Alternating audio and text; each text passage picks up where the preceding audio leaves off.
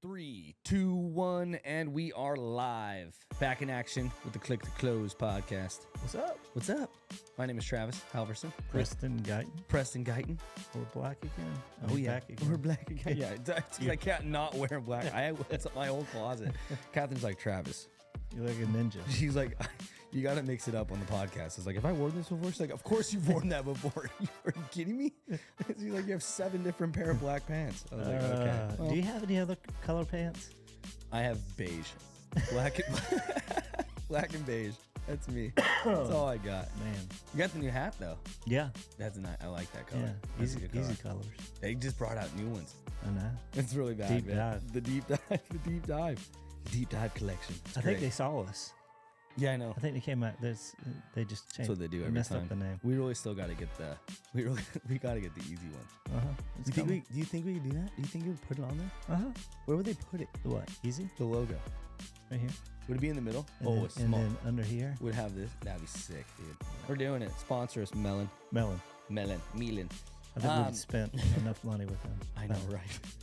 Or we got at least. I should have gotten a referral. We don't do referrals, but I should have. Do they do gotten affiliates? We could have done affiliates, please. Oh man, sorry. We'll keep it straight. Today we're going to talk about the ranch. The ranch. The ranch. What happened at the ranch? Last week we went to John's ranch, John's Covington. farm, Covington. Oh my god! How was that bridge? Dude, that was quite the adventure. Keep in mind, guys, we'll tell you about our travel because I've told everybody about our travel. We left here at 9:00 in the morning. We got to where we were supposed to be at 6 p.m. and technically, it's like 2 states over from us, right? It's right below us, Louisiana, It's not right below us. but it's close. It's a 12-hour drive. It's a 12-hour drive, and it was like a 12-hour travel basically. Yeah, well, because nowhere flies direct in Myrtle Beach. So we flew Myrtle Beach to Charlotte. We were there for 3 hours, and then New Orleans, and then shuttled to the rental car Dude, place. that for was 30 I have explained this to people. We fly to Charlotte, and then from Charlotte to New Orleans, and then it's like a 30-minute shuttle to the rental car, to the rental car place, which is the old airport. which is exactly the old airport. And then from there, it's an hour and a half drive to Covington, basically, across a 23-mile bridge across water. Just water. I was like, dude, what is happening? If we get stranded on this You're bridge, so- dude, you're so- I was like, this sucks. I'll be honest. You're scared. Yeah, I was kind of freaked out because like it's just 2 lanes. And Like, the it's sign. Yeah. Be careful with crosswinds. Yeah, be careful with crosswinds. What? Why? No one should be seeing that when they're driving across the bridge. But anyway, the causeway sucked. Other than that, though, Covington was cool. Covington was cool. I thought it was going to be a smaller town based Yeah. on what they said. It wasn't that small. It wasn't that small. A lot of turnarounds and U-turns. Yeah, can't do a U-turn. Can't do a U-turn. Terrible drivers, by the way. Oh my God, there were so many bad drivers. But the ranch was the great time. I had a Yes. good time with that. It's like what 40 team leaders is in a tiny little room. Not really tiny. Yeah, there's like 50 people there. I mean, Yeah. that picture of, we'll throw it up on the podcast too, but the picture John took with everybody behind him, like that's by far the biggest one we've had so far. That was sweet. Probably more than double.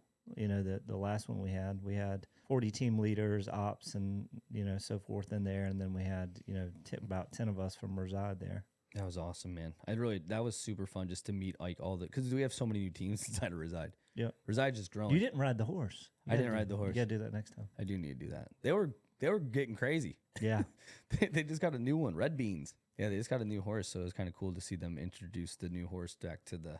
Well, they got that horse a while back, and it sent it away for like training. Yeah, and it came back. That's awesome. With the goats.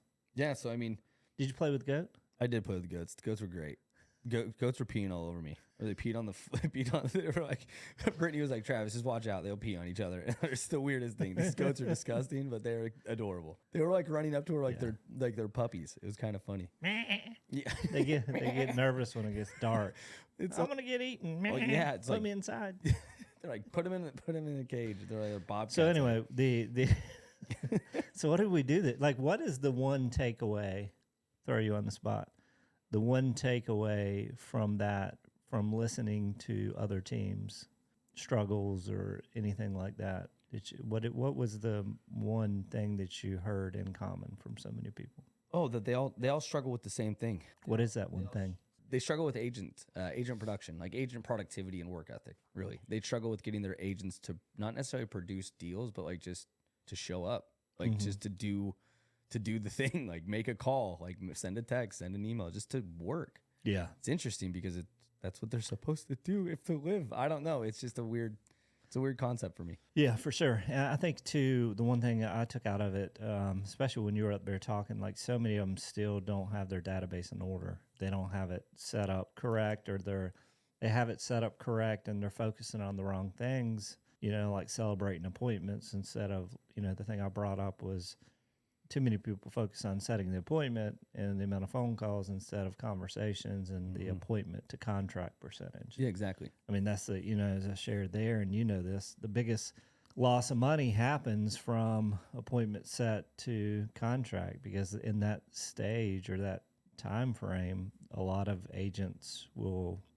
I'm not buying right now, or I'm 2 months out. Yeah. And they don't do anything with it. Oh yeah, no, and that was the thing that we talked about with, like, we would see in the big gap of like 1 month of no communication, like, and that's when we do the loss of money, right? Like, we always do last communication more than 30 days to show who hasn't been talked to in 30 days, because that's the biggest gap of missed opportunities. Like, whenever we go back and look and see like confirmed missed opportunities by agents, it's usually after 30 days of no communication. Yeah. So, but almost everybody was struggling with it. Everybody talked about it. I feel like some of them were even saying, like, and I talked about it on Facebook yesterday, but like being held hostage by your agents. It's like, you don't want to feel that.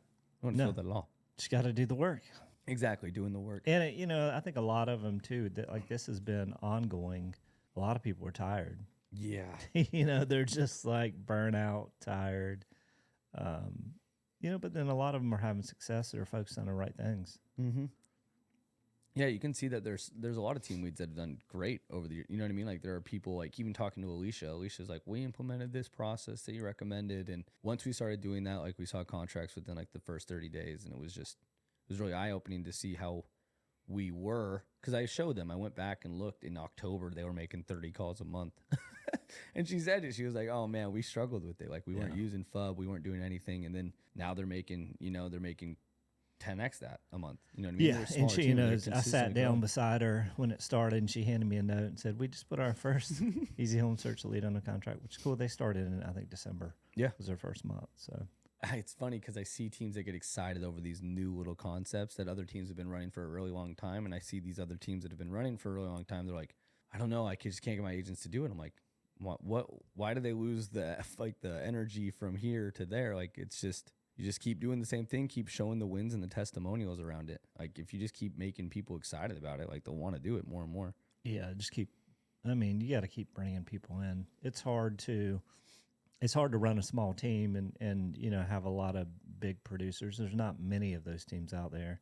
And typically the ones that are smaller teams or smaller companies, they have something else. Yeah, exactly. Like they're a vacation rental company, so they get listings from that. So they're able to keep their agent population small. Yep. Because they have these things that are, generating a ton of opportunities. You see that here locally, like a lot of the vacation rental companies will have the same agents with them for 20 years, 30 years, and they don't hire many. And all of them do, on average, probably 10 to 15 million a year, or 8 to 10 million a year, because they have, they have the other business. The ones that do really well have other business, but then they get the business from the vacation rental side as well. Yeah, no, that makes sense. And it's funny because, like, you'll see like some of the teams that don't have like the bigger markets, because someone was telling that they only have like 700 agents in their area or something crazy, and they're like, well, how do I keep recruiting if I, you know what I mean? Like, how would you recommend to them? And I don't know if they went deeper on that, but like, if they have a smaller market, like, what do you say to those team leaders about recruiting? I mean, Matt Smith has a small market. He, he brings in, I think, the majority of the people that he bring on his team are brand new to real estate. Yeah. So you look outside of the real estate business and, you bring in some kind of scholarship program or education program, or bring people new to, even like at Palms Realty, we have a lot of agents in our market, and we still focused on, with the AEP program, we brought on newer agents or agents that have been in business, less than 24 months. That's awesome. And I think, over 18 months, 24 months, we brought on 60 agents, 70 agents, something like that. And not all of them stayed there. I think we looked back over 2 years, like 48 of the agents that came through the AEP program were still there. Nice. No, that's so awesome. Something like that. I mean, if you're in a small market, a lot of times you got to focus on bringing in newer agents that are new to real estate. Yeah. So instead of bringing in like new leads and PPC leads and stuff, sometimes you want to start putting some of that stuff towards like the scholarship program. A lot of people will talk about that, but no, I love the ranch though. Just listening to John. John talked for like 8 hours straight. That was crazy. He was so, and he did not lose steam at all. No, The man's a monster, yeah, dude. It's you think crazy. about it, though, the amount of calls he 10,000 calls 1 year, 5,000 calls. It's just crazy. It was so funny Or because 10,000 calls over 2 years, more than 10. I don't know, just do the math on that. I know I'm not doing the math on that actually. What'd you say? 10,000 calls in 2 years? Yeah, over 100 calls every week. I don't even. Every week. Every week. So he has a lot of content. He sees what's working. He knows what's working, and it's crazy. His message has changed somewhat, but really, if you go back to his message, like he even talks about it, like it's people move the money. It's recruiting. Tiny hinges swing big doors. Yeah. I love when you say that. Or people move the money. Yes. That was good. No, and it's great, but for 8 hours, that man just kept the energy going. Like people, and nobody wanted to stop. He's like, "You guys want to take a break?" Everybody's like, Yeah. Nobody wanted to take a break because he was just like, I know, and coming back from that too, like one of the big questions that was sent out was, can it be a day and a half? Mm-hmm. I think they talked about it on the Monday leadership call. I think everybody said they wanted another half a day. At that point, we're just making another conference. Right. Well, it's for a reside I team. know, So. which is awesome, but I think it was. And I think people love the ranch too. So having it there, maybe next time we camp out with that'd be tents. sick. Didn't they say bobcats though? There's some bobcats. They said something. Coyotes. Coyotes. Okay, not bobcats. Mountain lions in Louisiana. Well, no, I mean, it was just funny because John's like, I'll keep going all day. He came back and asked us Saneet, Trav, you guys want to go? Preston? Yeah. We're all like, no, you got this, man. This is perfect. But no, it was cool because he was able to give us a chance to speak to the team leaders as well. Because I know that sometimes that mixing up is good as well. And they don't want to just be yelled at the whole time, which is great. I just like yelling at them. Yeah. So if you want to go to the ranch the next time, which I think we're going to have that again probably in the next 6 months. Nice. Just join Reside. The Causeway. Join Reside. Is it resideplatform.com or what is the website? Yeah, resideplatform.com. Resideplatform.com. Yeah, no, I mean, I've seen a lot of next time we'll helicopter in. Please. I'm not doing that. Which was scary, man, because we flew the night after that plane crash. We flew American the day after. And here's the crazy thing. From the plane crash, our flight was swapped? It was swapped. So it was the plane crash was 5324? And ours was 5342. Because there was a message on the app said, there was a plane crash or something happened. And I looked at it, was 5342, and I looked at ours and it was 5324. I'm like, what the hell? Dude, that is crazy. People were like, yo, you guys flew after them? I'm like, yeah. I'm like, what the? Yeah. Plane crashes don't happen that often. Yeah, I know. I was just like, dude. And that was just a wild ride. People were just like, we got how many flights this year coming up? Who knows? I'm going to Florida next week. Oh, yeah, you are. Is that next week? Yeah. Why are you going next? Where's Florida? Why Florida? Oh, for the Under Armour. Under Armour, right? yeah. Nice. That'll be sick. That's super exciting. Well, cool. And then after that, where are we going? Oh, spring. We got to work on that too. Shane Gillis. Shane Gillis. Yeah, spring break would be great. Cool, man. Appreciate you guys. Resideplatform.com. If anybody wants to come to the farm. Farm. See y'all next time. Bye.